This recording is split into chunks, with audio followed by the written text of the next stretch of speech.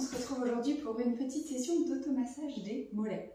Alors, quand on fait de la course à pied, quand on fait mal de vélo, enfin, tous ces sports qui sollicitent énormément les mollets, c'est sympa de pouvoir les relâcher un petit peu après l'effort. Alors pas forcément directement une fois la session de running ou de vélo terminée, mais peut-être le lendemain, de prendre quelques instants pour masser nos mollets. Alors pour ça, les balles d'automassage, donc moi j'ai des balles spécifiques d'automassage. D'ailleurs si ça vous intéresse, je vous mets, alors c'est pas du tout sponsor, mais je vous mets le lien du site sur lequel j'achète mes balles au cas où vous seriez intéressé. Enfin j'ai deux sites sur lesquels je les achète, je vous mets ça en lien sous la vidéo.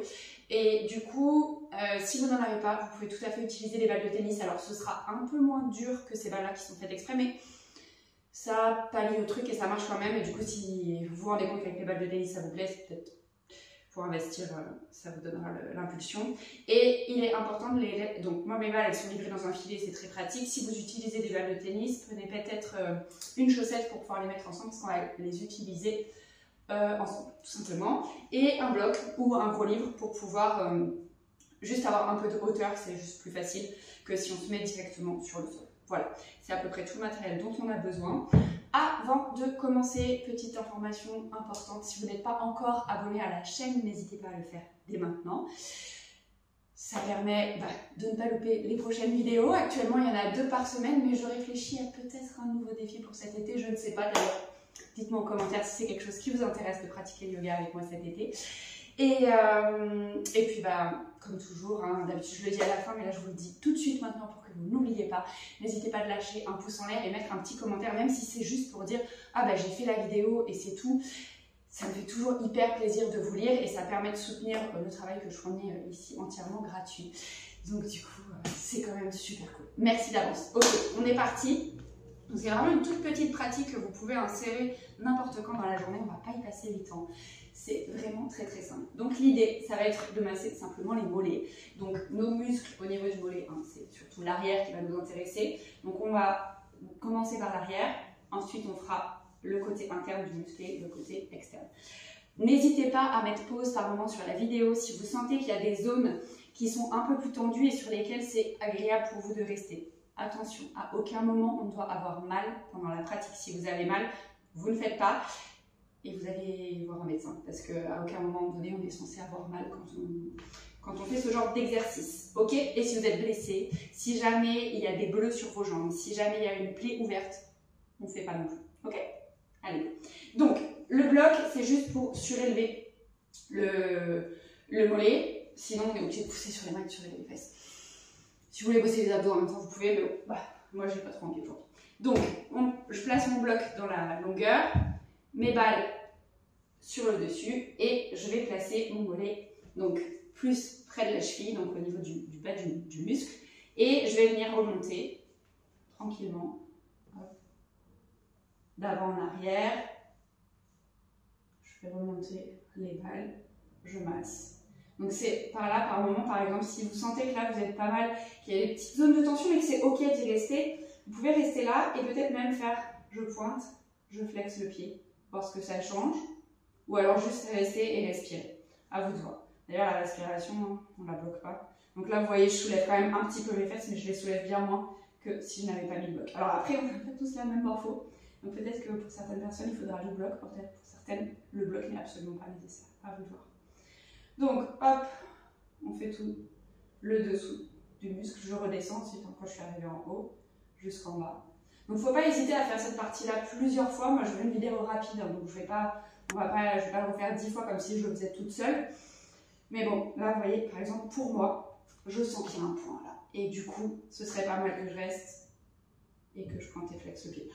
Si c'est pas à cet endroit chez vous, vous le faites plus loin. Ok, donc ça, c'est pour le dessous du muscle. Encore une fois, mettez pause et continuez si c'est quelque chose qui vous fait du bien. On va passer sur l'intérieur. Donc sur l'intérieur, il va falloir que je fasse une rotation interne de ma hanche. Ouais, j'aime bien vous glisser 2-3 trucs d'anatomie, pas mal ici. Ok, je me soulève mes fesses et pareil, je roule tac, du bas vers le haut.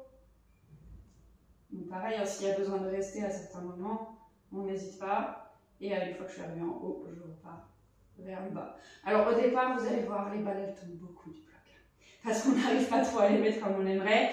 Et au fur et à mesure de la pratique, on arrive à trouver la façon de les mettre qui nous convient le mieux et ça marche beaucoup mieux. Okay. Donc ça c'était pour l'intérieur et maintenant l'extérieur c'est exactement la même chose. Hein. On vient se mettre du coup en rotation externe de la hanche et tac, sur le côté ici. Donc surtout prenez le temps d'explorer ce qui se passe dans votre muscle quand vous faites cet automassage. De noter s'il y a des zones de tension, s'il y en a d'autres qui sont plus relâchées, de rester éventuellement si c'est ok.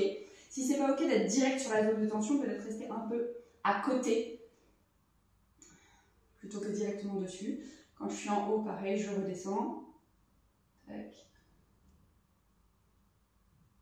Et jusqu'en bas. Ok, et là moi par exemple, ici, c'est sacrément tendu. Et du coup, ce serait pas mal que je reste et je peux même me reposer les fesses. Parce que là, je sens que c'est tendu. Et pareil, je pointe, je flexe, je pointe, je flexe. Ok, donc ça, jambe droite, on fait la jambe gauche. Évidemment, on va la faire ensemble un peu plus vite. Mais encore une fois, hein, surtout, mettez pause sur la vidéo pour rester si ça vous fait du bien. Après, juste le faire à la vitesse que je l'ai fait, ça peut suffire aussi. Hein.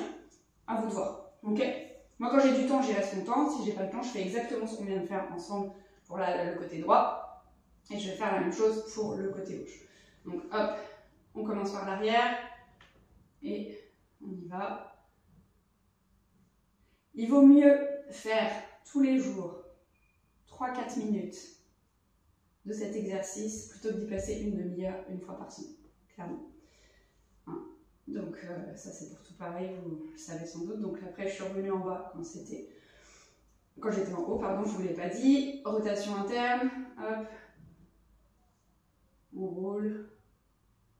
Et vous pourrez noter que les tensions ne sont pas forcément situées au même endroit de chaque côté. Parce qu'on n'est pas symétrique. Hein. Je pense que si vous suivez la chaîne depuis longtemps, vous le savez, je le répète assez. Et hop, rotation externe, on fait de l'autre côté. Et du coup, c'est ok.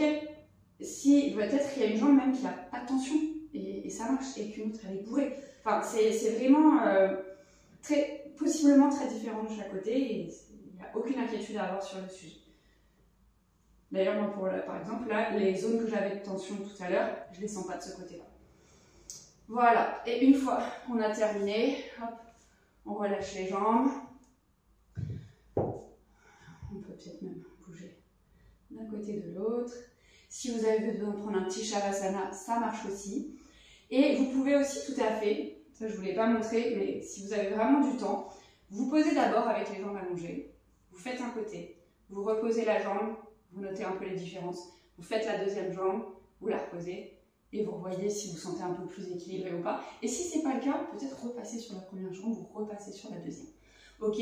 Mais écoutez, j'espère que cet exercice vous aura plu. N'hésitez pas à me donner vos impressions en commentaire et surtout à lâcher un pouce en l'air si le contenu vous a plu. Je vous remercie et je vous retrouve très bientôt pour une prochaine vidéo.